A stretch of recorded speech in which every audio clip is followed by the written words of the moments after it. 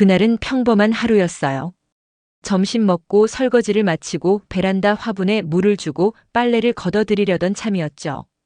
그런데 발밑이 살짝 미끄러지는 느낌이 들더니 그대로 중심을 잃고 휙 계단 아래로 굴러떨어졌어요. 악! 소리가 저도 모르게 터져나왔죠. 순간 머리가 띵하고 발목에서 불이 나는 것처럼 아팠어요.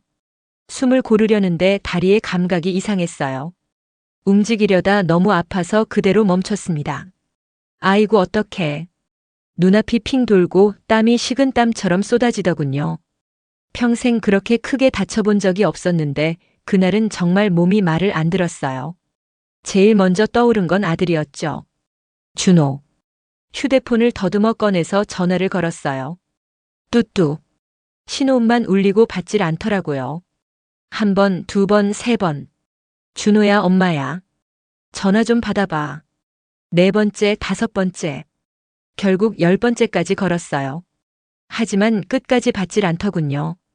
그때까지만 해도 바쁜가 보다 싶었어요. 회사 일이 많으니까 점심시간인가 보다 그렇게 넘기려 했죠. 근데 시간이 지나도 연락이 없으니 점점 불안해지더라고요. 손이 덜덜 떨리고 통증은 점점 심해지고 발목은 퉁퉁 부어오르고 있었어요. 이러다 제대로 걷지도 못하겠네. 혼잣말하면서도 눈물이 나더군요. 그 순간만큼은 세상에 저 혼자 남은 기분이었어요. 딸들도 있지만 왠지 모르게 아들 생각만 났어요. 그래도 막내 아들이 제일 든든하지. 그게 제 평생의 믿음이었거든요. 1시간이 넘도록 연락이 없었어요. 전화는 여전히 무응답. 문자도 안 읽고 아무 답도 없고요. 너무 아파서 더는 참을 수가 없었죠. 결국 119에 전화를 걸었습니다. 여기 발목을 다쳤어요. 혼자 있어서요. 그 말하는데 목이 메이더군요. 제가 평생 자식 셋 키우면서 남편 뒷바라지하면서 살아왔는데 그날은 그렇게 초라하게 혼자 도움을 청해야 했어요. 잠시 후 구급대원들이 도착했어요. 벨소리에 겨우 대답을 하고 문을 열었죠. 괜찮으세요? 어디 다치셨어요? 계단에서 발을 헛디뎌서요. 아들이랑 연락이 안 돼서. 제 말이 끝나기도 전에 한 구급대원이 조심스레 제 다리를 살폈어요. 골절 같습니다. 바로 병원 가셔야 해요. 들것에 실리는데 눈물이 또 나왔어요. 아파서가 아니라 그 순간 너무 서러웠어요. 이 나이에 혼자 이렇게 실려가는구나. 누가 옆에서 손이라도 잡아줬으면 좋겠는데 아무도 없더군요. 앰뷸런스 안에서 핸드폰을 꼭 쥐고 또 준호에게 전화를 걸었어요. 준호야, 엄마야. 병원 가는 길이야. 전화 좀 받아봐. 그런데 여전히 아무 대답도 없었어요. 그때부터 이상한 예감이 들더군요. 이 아이가 정말 나를 잊은 건 아닐까? 창밖으로 지나가는 거리 불빛을 멍하니 보면서 생각했어요. 내가 언제 이렇게 외로워졌을까? 평생 아들 하나만 믿고 살았는데 정작 그 아들은 제 발목이 부러졌는지도 모르고 있었어요. 병원 도착 직전 구급대원이 물었어요. 보호자 연락드릴까요? 그 한마디가 그렇게 가슴에 박히더군요. 보호자라. 분명 제게는 자식이 셋이나 있는데 그 순간은 그 말이 낯설게 느껴졌어요. 괜찮아요. 혼자예요. 제 입으로 그런 말을 하게 될 줄 몰랐어요. 그날 밤 병원 불빛 아래 누워있던 저는 생각했어요. 내 인생이 언제 이렇게 혼자가 됐지? 그게 이 모든 일의 시작이었어요. 응급실에 도착하자 의사들이 다급하게 발목을 살피더군요. 골절이에요. 바로 수술 들어가야 합니다. 순간 머리가 하얘졌어요. 이 나이에 수술이라니. 무섭고 서럽고 그 와중에 제일 먼저 떠오른 건 또 아들이었죠. 보호자분은 어디 계세요? 지금 연락이 안 돼요. 아들한테 전화를 10번 넘게 했는데 의사는 잠시 저를 바라보다가 조심스럽게 서류 한 장을 내밀었어요. 그럼 어머니께서 직접 서명하셔도 됩니다. 설명드릴게요. 의사가 차근히 말해줬지만 그 순간은 하나도 귀에 들어오지 않았어요. 그래, 나라도 해야지. 누가 있나? 손이 덜덜 떨렸지만 결국 제 이름을 또박또박 적었습니다. 그날은 그렇게 혼자 동의서에 사인하고 혼자 수술실로 들어갔어요. 마취가 풀렸을 때는 밤이 깊었더군요. 다리가 무겁게 감겨 있었고 머리맡엔 링거줄이 흔들리고 있었어요. 어머니, 수술 잘 됐어요. 보호자분께 연락해 드릴까요? 간호사가 묻길래 저는 그냥 고개만 저었어요. 됐어요. 나중에 내가 할게요. 그날 밤 병실 불빛이 희미하게 깜빡이는데 자꾸 휴대폰만 쳐다보게 되더군요. 준호에게 전화 또 전화. 하지만 화면에는 통화 중도 부재 중도 뜨지 않았어요. 그냥 조용했어요. 다음 날 아침이 돼서야 겨우 며느리 선미가 전화를 받았죠. 어머니, 저예요. 준호는 요즘 회사 일이 너무 바빠요. 그래도 엄마가 다쳤는데 얼굴이라도 한번. 죄송해요. 이번 주는 계속 야근이에요. 형님들한테 연락해보세요. 그 말이 그렇게 냉정하게 들릴 줄은 몰랐어요. 전화를 끊고 나니 손끝이 싸늘해지더군요. 그때 처음으로 느꼈어요. 내가 그 아이들에게 이제는 짐이 됐구나. 수술 사흘째 되는 날이었어요. 병실 문이 조용히 열리더니 큰딸 미영이가 들어왔어요. 하얀 간호복 차림 그대로였죠. 엄마 수술하셨다면서 왜 연락도 안 하셨어요? 했지. 준호한테 여러 번 했는데 연락이 안 되더라. 미영은 깊은 한숨을 내쉬며 제 옆으로 와 앉았어요. 엄마, 그 애는 원래 그래요. 연락 잘 안 받아요. 근데 엄마는 늘 준호부터 찾으시잖아요. 그 말이 참 뼈에 사무쳤어요. 그래도 막내고 아들이잖니. 나중에 엄마 챙길 사람은 그 애밖에 없지 않겠어. 미영이 고개를 저었어요. 엄마, 가족은 그런 순서로 정해지는 거 아니에요. 짧은 한마디였지만 그 말이 오래 남았어요. 괜히 아무 말도 못하고 고개만 떨궜죠. 미영은 반찬 몇 가지를 꺼내놓고 급하게 자리를 떴어요. 내일 또 올게요. 밥 꼭 챙겨 드세요. 그 뒤로 병실 문이 닫히자 다시 조용해졌습니다. TV에서는 뉴스 앵커 목소리만 흘러나오고 복도에선 휠체어 바퀴 소리만 들렸어요. 그렇게 하루 또 하루가 지났어요. 병원 음식은 입에 안 맞았고 밤마다 링거 알람 소리에 깜짝깜짝 놀라며 깼어요. 그런데 이상하죠. 아픈 것보다 기다리는 게 더 고통스럽더군요. 전화벨이 울릴까봐 잠이 들다가도 벌떡 깨곤 했어요. 하지만 그 일주일 동안 준호에게선 단 한 통의 연락도 없었어요. 일주일째 되던 날 아침 간호사가 와서 붕대를 살피며 말했어요. 회복 빠르시네요, 어머니. 곧 퇴원하셔도 되겠어요. 그 말을 듣는데 이상하게 웃음이 나오더군요. 이게 다행일까? 아니면 허무한 걸까? 저는 그냥 창문을 바라봤어요. 햇살이 들어왔지만 마음은 여전히 싸늘했어요. 그렇게 7일이 흘렀습니다. 아들은 오지 않았고 며느리의 목소리는 다시 들을 일 없었어요. 그 일주일 동안 저는 처음으로 깨달았어요. 내가 믿었던 건 아들이 아니라 착각이었구나. 병실에 누워있으면서 자꾸 옛일이 떠오르더군요. 왜 그렇게 아들만 믿고 살았을까? 언제부터였을까? 곰곰이 생각하다 보니 그 시작은 아주 오래전으로 거슬러 올라갔어요. 큰딸 미영이가 태어났을 땐 시댁 분위기가 싸했어요. 그래도 건강하게 낳았으니 됐지. 축하라기보다 체념에 가까운 말투였죠. 그 뒤로 둘째 수영이가 태어났을 땐 시어머니 얼굴이 완전히 굳었어요. 또 딸이야? 아휴, 이 집은 내가 끊기겠네. 그 한마디에 눈물이 핑 돌았어요. 내가 뭘 잘못했나 싶더군요. 그런데 몇 년 후 막내 준호를 낳은 날 시어머니가 병실 문을 벌컥 열고 들어오시더니 소리쳤어요. 아들이다. 이제야 집안이 살았다. 그날의 그 웃음 아직도 생생해요. 그때부터였어요. 아들은 다르구나. 아들은 부모의 기둥이구나. 그 생각이 제 가슴에 박혀버린 게. 준호는 태어날 때부터 귀하게 자랐어요. 딸 둘은 학교 갔다 오면 밥 차리고 설거지하고 방 청소까지 했지만 준호는 손에 물 한 방울 안 묻혔어요. 얘는 남자애잖아. 공부해야지. 너희가 좀 도와라. 그 말이 입에 붙었죠. 딸들이 아무 말 없이 고개를 끄덕였지만 그 눈빛 속에 깔린 서운함을 그땐 몰랐어요. 남편은 가끔 말했어요. 여보, 아이들한테 똑같이 해줘야지. 다 우리 자식이잖아. 그럴 때마다 저는 그랬죠. 그래도 아들은 달라요. 이 집은 준호가 지켜야 하잖아요. 그게 사랑이고 어머니로서의 책임이라고 믿었어요. 세월이 흘러 미영이는 고등학교 졸업하자마자 병원 일을 시작했고 수영이는 대학 대신 마트 계산원으로 일했어요. 그 아이들이 돈 벌기 시작하니 속으로는 고마우면서도 그래도 아들은 공부시켜야지 하는 생각이 떠나질 않았습니다. 딸들은 시집 가면 남의 집 식구지만 아들은 내 사람이지. 그게 제 머릿속엔 너무도 당연한 말이었죠. 준호가 대학을 마치고 유학 이야기가 나왔을 때 남편이 손사래를 쳤어요. 우리 형편에 무슨 유학이야. 서울 대학만 해도 됐지. 하지만 저는 고집을 꺾지 않았어요. 남자애는 세상 크게 봐야 한다잖아요. 기회는 줄 수 있을 때 줘야죠. 결국 빚을 내고 남편이 들어둔 보험까지 미리 깨서 보냈어요. 그때는 그게 제 인생 최고의 결단이라 믿었죠. 몇 년 뒤 준호가 돌아왔을 땐 어른이 돼 있었습니다. 말투도 눈빛도 어쩐지 낯설었지만 그래도 자랑스러웠어요. 그래, 이제 이 아이가 우리 집 기둥이구나.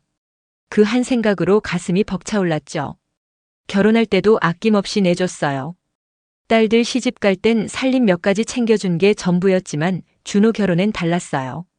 아들 장가 보내려면 제대로 해야지. 적금 깨고 남편이 들어둔 보험까지 정리해서 5천만 원을 보탰어요. 그 돈이면 제 노후가 든든했을 텐데 그땐 그런 생각조차 안 들었어요. 아들이 잘 되면 결국 그게 내 노후지. 그게 제 진심이었어요. 남편이 세상을 떠난 뒤에도 저는 그 믿음 하나로 살았어요. 장례식 날 상주 자리에 앉은 준호를 보면서 이제 이 아이가 날 지켜주겠구나 싶었어요. 그래서 유산 정리할 때도 망설이지 않았어요. 딸들이 조심스럽게 말했죠. 엄마, 그냥 셋이 나눠서 이름 올려두면 안 돼요? 하지만 저는 단호했어요. 아니야, 집은 아들 이름으로 해야지. 너희는 시집 갔잖니. 딸들은 잠시 서로 눈을 마주치더니 아무 말도 안 했어요. 그 침묵이 그때는 그저 순종으로만 들렸죠. 그런데 지금 와서 생각해보니 그건 순종이 아니라 체념이었어요. 아들만 바라보고 살아온 세월 동안 딸들은 얼마나 많은 걸 삼켰을까요? 그 오랜 세월을 그렇게 살았어요. 아들이 내 인생의 보람이고 내 노후의 희망이라 믿으며 그 믿음이 언제부터였는지도 모르겠어요. 그냥 그렇게 사는 게 당연한 줄 알았죠. 지금 생각하면 그게 내 인생의 습관이었어요. 그리고 그동안 딸들이 했던 말과 표정들도 하나둘 떠오르더군요. 그땐 왜 그랬을까? 그때는 정말 아무렇지 않게 넘겼는데 이제야 머릿속에 그 장면들이 하나하나 다시 그려져요. 미영이는 늘 말이 많은 딸이었어요. 엄마, 혼자 계시지 말고 우리 집 근처로 오세요. 회사도 가깝고 병원도 바로 앞이에요. 그 말을 들으면 고맙다가도 왠지 모르게 마음이 불편했어요. 아니야, 나 괜찮아. 준호가 나중에 모실 거야. 그 한마디가 늘 입에 붙어 있었죠. 그때 미영이 표정이 순간 굳던 걸 저는 그냥 섭섭해서 그러나 보다 하고 넘겼어요. 그게 몇 해를 그렇게 반복됐네요. 엄마, 준호가 바쁘다는데 언제쯤 시간이 되려나 모르겠어요. 글쎄, 요즘 세상에 안 바쁜 사람이 어딨니? 그래도 걔는 다르다. 알잖니, 얼마나 성실한 애인지. 그 말에 미영이 잠시 고개를 숙이더니 엄마가 그렇게 믿으시면 됐죠. 하고는 돌아섰죠. 그때도 그냥 토라진 줄만 알았어요. 수영이는 말보다 행동으로 표현하는 애였죠. 쉬는 날이면 들러서 엄마 청소 좀 해드릴게요. 하고는 말없이 밀대를 들었어요. 됐어. 괜히 힘쓰지 말고. 준호가 다음에 와서 하면 돼. 그때마다 수영이 손이 잠시 멈췄어요. 엄마, 준호는 언제 와요? 곧 온다더라. 이번엔 진짜 온대. 그 말 예전에도 들었어요. 그 말이 이상하게 찔리더군요. 그런데도 저는 또 웃었어요. 남자들은 다 그래. 일할 땐 정신없지.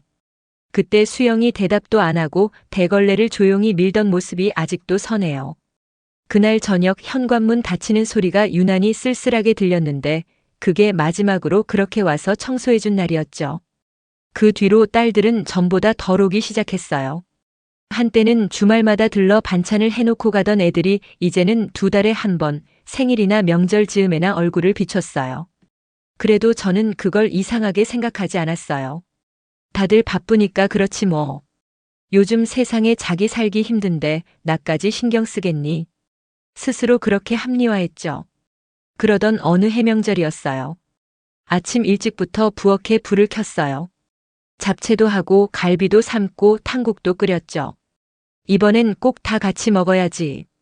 그 마음 하나로 하루를 보냈는데 점심이 지나고 저녁이 되어도 아무도 오질 않더군요.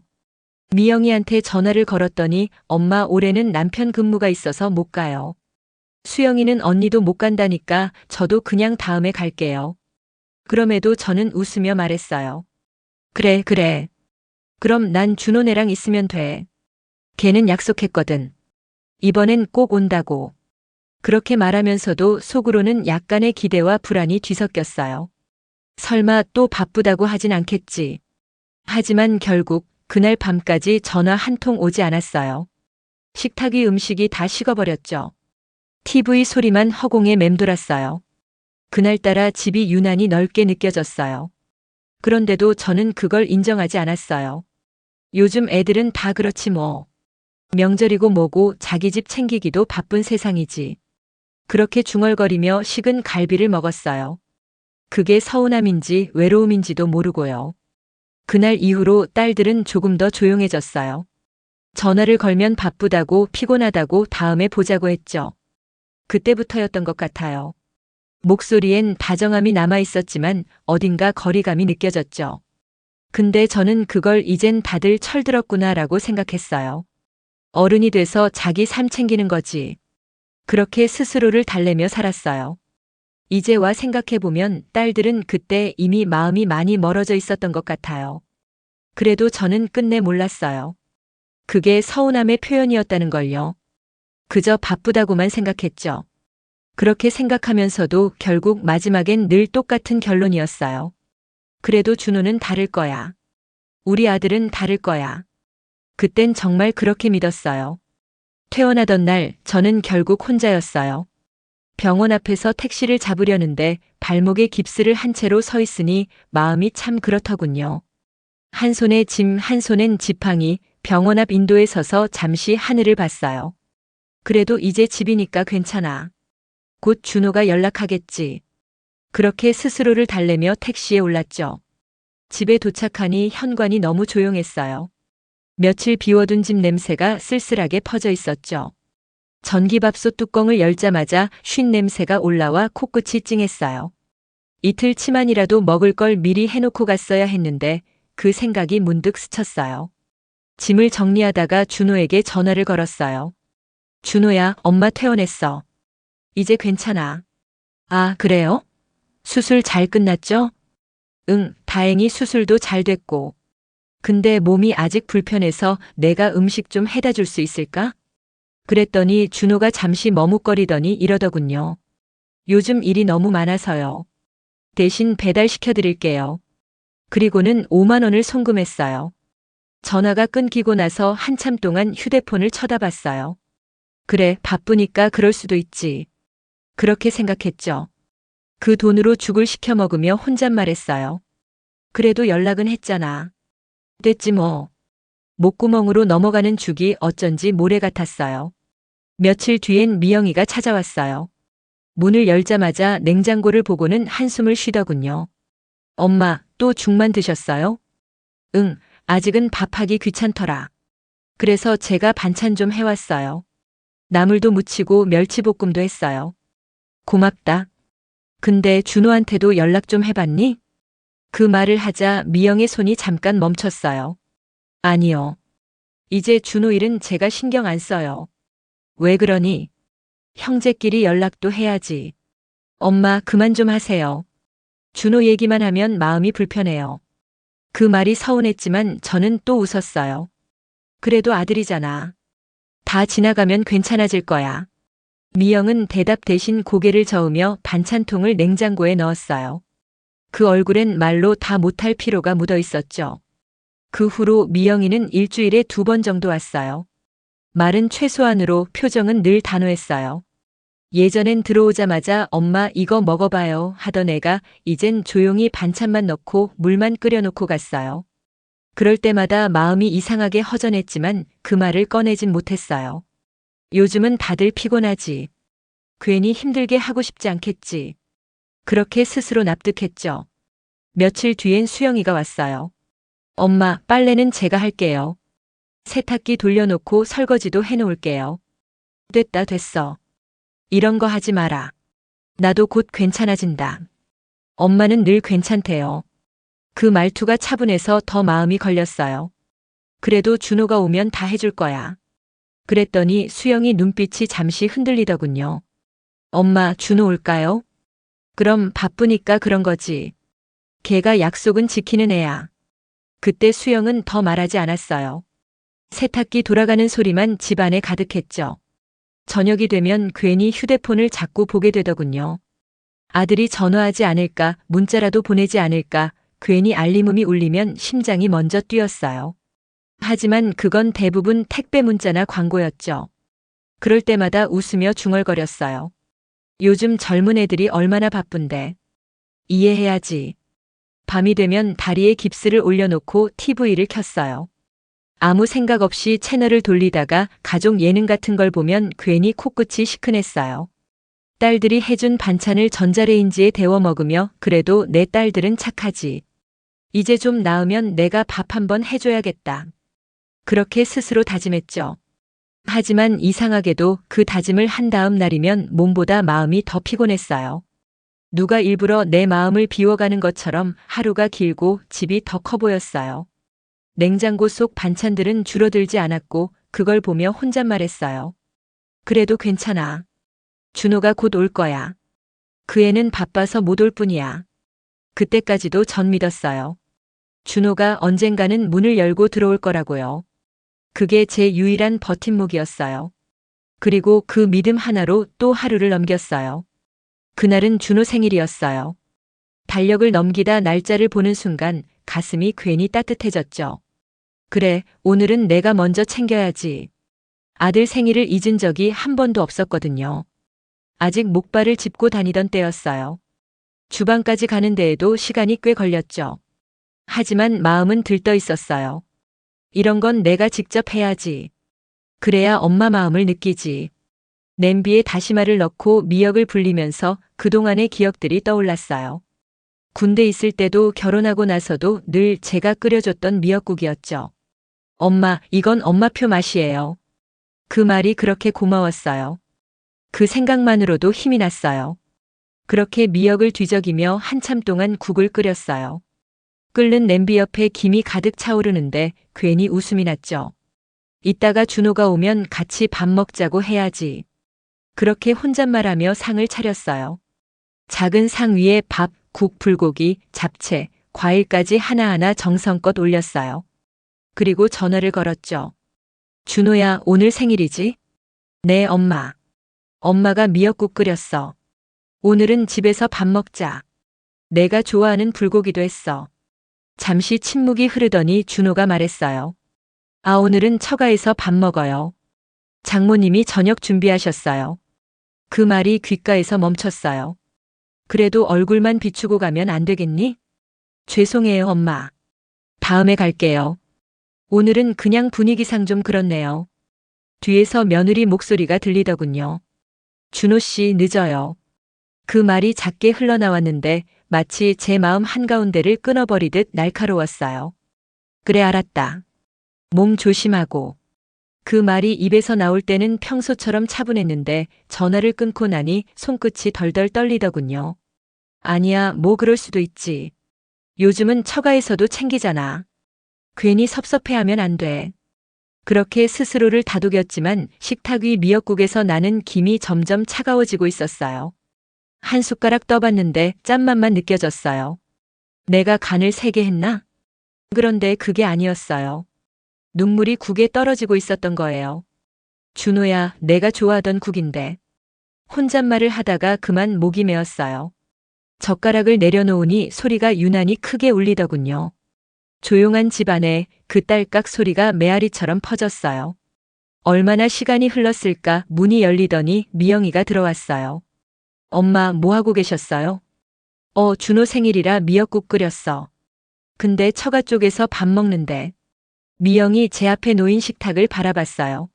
식은 국 반쯤 먹다 남은 밥, 젓가락 자국이 남은 그릇들. 그 모습을 보고는 한숨을 길게 내쉬더군요. 엄마, 제발 그만 기다리세요. 뭘? 준호요. 엄마가 그렇게 마음 쓰는 거 준호는 몰라요. 무슨 소리를 그렇게 하니? 지금은 바빠서 그렇지 다음엔 오겠지. 다음 엄마는 맨날 그 말만 해요. 그 말에 아무 대꾸도 못했어요.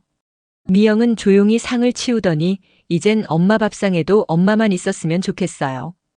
그렇게 말하고 문을 닫고 나갔어요. 그 말이 자꾸 머릿속에 맴돌았어요.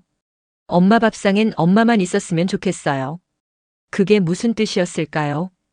그날 밤 식탁에 남은 미역국 냄새가 온 집안에 가득 남아있더군요. 그 향이 점점 식어가는데 그게 마치 제 마음이 식는 소리 같았어요. 목발을 짚고 거실로 나와서 불을 껐어요. 어둠 속에서 혼잣말을 했죠. 그래도 내일쯤엔 연락 오겠지. 내 아들이니까. 그렇게 또 하루를 믿음으로 버텼어요. 하지만 그날 이후로 그 믿음이 조금씩 흔들리기 시작했어요. 다리 깁스를 푼 지도 2달이 넘었어요.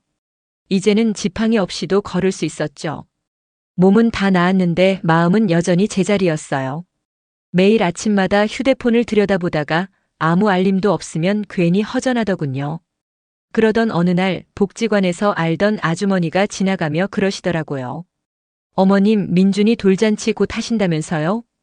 그 말을 듣는 순간 심장이 쿵 하고 내려앉았어요. 그래요?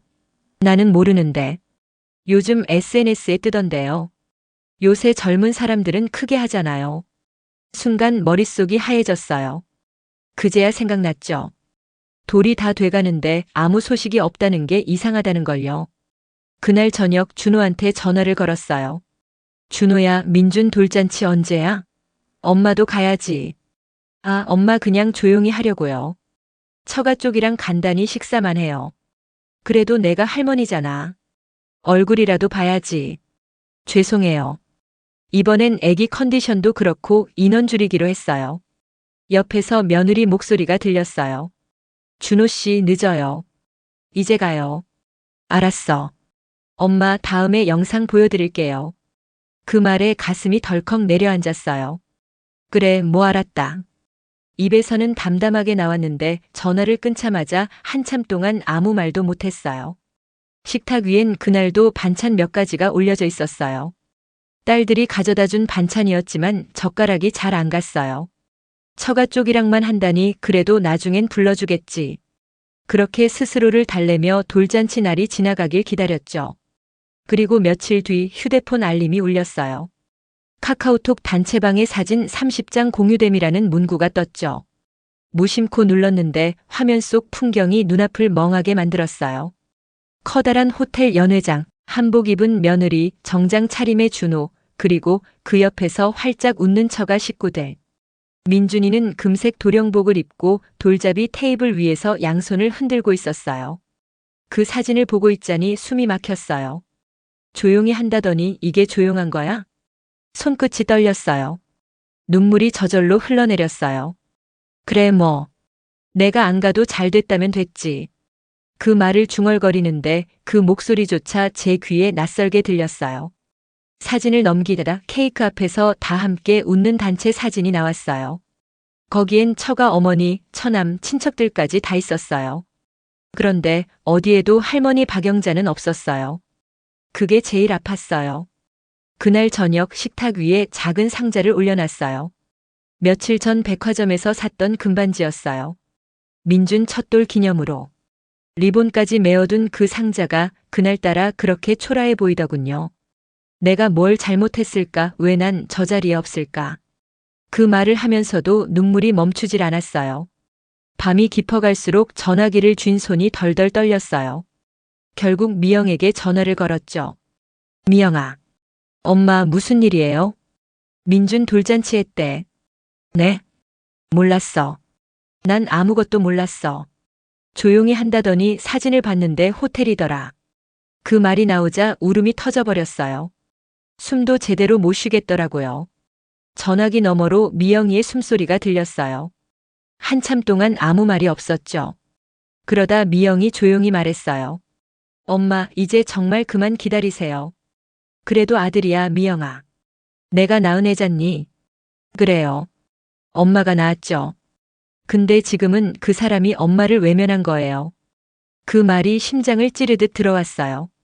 저는 아무 말도 못하고 울기만 했어요. 한참을 울다 전화를 끊고 난 뒤 조용히 식탁 위에 앉았어요. 식은 반찬 냄새 속에서 손자 돌반지 상자가 여전히 빛나고 있었어요. 그 빛이 그렇게 서럽더군요. 그날 밤 저는 처음으로 그 아이들 사진을 끝까지 넘기지 못했어요. 손끝이 화면을 밀다가 멈췄어요. 그리고 조용히 혼잣말했죠. 그래, 준호야. 엄마가 너무 많이 기대했나 보다. 며칠 동안 저는 말 그대로 사람 그림자 하나 없는 집에서 시간을 죽이며 살았어요. 커튼을 치지 않은 창문으로 햇살이 들어와도 그냥 앉아서 바라보기만 했어요. 손 하나 까딱하기 싫었죠. 그날 저녁 초인종 소리가 들리더군요. 느릿하게 나가 문을 열었는데 미영이랑 수영이 서 있었어요. 둘 다 얼굴이 반쪽이 돼 있었어요. 엄마, 왜 전화를 안 받아요? 괜찮아, 그냥 좀 생각 좀 하느라. 말은 그렇게 했지만 내 목소리에도 힘이 없다는 걸 나 스스로도 느꼈어요. 미영이 부엌을 한 바퀴 둘러보다가 말했어요. 엄마, 밥도 안 드셨죠? 입맛이 없더라. 그럼 저녁이라도 시켜 먹어야지. 이렇게 있으면 더 아파요. 수영이 냉장고를 열었는데 안엔 김치 한 통, 물 한 병. 그걸 보더니 작게 한숨을 쉬었어요. 엄마, 진짜 너무하다. 뭐가? 엄마는 왜 늘 자기한테만 그렇게 야박해요? 그 말에 가슴이 철렁했어요. 내가 뭘 그렇게 했다고 그래. 미영이 의자에 앉으며 말했어요. 엄마, 솔직히 말해요. 지금 준호 일 때문에 이렇게 된 거잖아요. 그 애가 일부러 그런 건 아니야. 아니에요, 엄마. 그 애는 항상 그래요. 엄마가 다 받아줄 걸 아니까 늘 그래도 된다고 생각하는 거예요. 순간 말문이 막혔어요. 그래도 아들이잖니. 엄마, 그 말 그만해요. 미영의 목소리가 단호했어요. 우리가 평생 그 말만 들었어요. 그래도 아들이잖아. 그래도 막내니까. 근데 엄마, 그 말이 결국 우리한텐 너흰 덜 중요하다는 말로 들렸어요. 수영이도 옆에서 고개를 숙이다가 조용히 말했어요. 엄마, 우리가 서운해서 그러는 게 아니에요. 그냥 엄마가 불쌍해 보여서 그래요. 불쌍하다니 내가 왜. 엄마는 평생 가족 눈치만 봤잖아요. 준호 기분, 며느리 눈치, 사돈집 체면 그거 챙기다가 자기 인생은 언제 챙겼어요? 그 말에 아무 말도 못했어요. 그저 두 손을 무릎에 올려놓고 그 손만 바라봤어요. 주름이 깊고 거칠었어요. 정작 내 인생은 없었구나. 엄마, 우리도 그동안 참았어요. 뭘 참았다는 거니? 엄마가 늘 준호 편만 들 때 우린 그냥 웃었죠. 남동생이니까 그렇겠지. 근데 이제 보니까 엄마도 그 애한테 갇혀 있었던 거예요. 수영이 눈가에 눈물이 고였어요. 엄마는 늘 그랬잖아요. 준호 힘드니까 도와줘라. 준호는 애 낳았으니까 사정 봐줘야지. 엄마는 그 애의 사정만 있었어요. 우리의 사정은 한 번도 없었어요. 그때 미영이 제 손을 덥석 잡았어요. 엄마, 이제 그만하세요. 이제는 그 집 눈치 보지 말아요. 그 애가 엄마한테 하는 건 사랑이 아니에요. 그건 이용이에요. 엄마는 지금까지 그토록 아끼던 아들에게 사랑받는 게 아니라 헌신하는 사람으로만 남았어요. 그 말에 눈물이 왈칵 쏟아졌어요. 그래, 내가 그랬구나. 내가 그렇게 만들어버렸구나. 아니에요. 엄마 잘못만은 아니에요. 그땐 세상이 그랬잖아요. 아들은 챙기고 딸은 알아서 하라 하고. 그래도 내가 그걸 깨닫지도 못했잖아. 그 애가 내 전부라고 믿고 살았는데 정작 그 애는 내 인생을 반도 몰랐을 거야. 미영이 제 어깨를 감싸 안았어요. 엄마, 이제라도 알았으니까 됐어요. 이제 엄마 인생 좀 찾아요. 근데 너무 늦은 것 같아. 아니요. 엄마가 살아있는 한 다시 시작할 수 있어요. 그 말이 그렇게 따뜻하게 들리더군요. 그동안 무거운 돌덩이처럼 눌려있던 마음이 조금씩 풀어지는 느낌이었어요. 수영이 울먹이며 말했어요. 엄마, 우리도 다시 시작해요. 엄마 혼자 울지 말고 우리랑 밥도 먹고 여행도 가요. 그래도 되겠니? 그럼요. 우리 엄마잖아요. 그 말에 더는 버틸 수가 없었어요. 미안하다, 얘들아, 정말 미안하다. 괜찮아요, 엄마. 이제 우리한테 미안해하지 말아요. 셋이 서로를 껴안았어요. 처음엔 어색했는데 한참을 그렇게 울고 있으니까 세상이 잠깐 멈춘 것 같더군요. 그 울음소리가 집 안가득 울려 퍼졌어요. 그날 밤 딸들이 돌아간 뒤에도 저는 잠이 오지 않았어요. 불을 끄고 앉아 있는데 창밖에서 바람이 살짝 스쳐 지나갔어요. 그 바람 소리가 꼭 누군가가 제 어깨를 토닥이는 것 같았어요. 괜찮아, 이제 됐어. 그런 말이 들리는 듯 했죠. 그제야 알겠더라고요. 사랑은 받는 게 아니라 제때 나누는 거라는 걸요. 그걸 이제야 깨달았어요. 너무 늦었지만 그래도 다행이라고 생각했어요. 그 일이 있은 지 꼭 1년이 지났어요. 시간이 이렇게 빨리 흐를 줄은 몰랐네요. 한동안은 모든 게 어색했어요. 딸들과 자주 통화하면서도 괜히 미안한 마음이 앞섰거든요. 그런데 이상하게도 서로의 마음을 터놓고 나니까 이제는 그 미안함이 따뜻함으로 바뀌었어요. 지금 저는 미영이네 근처 작은 아파트에서 지내요.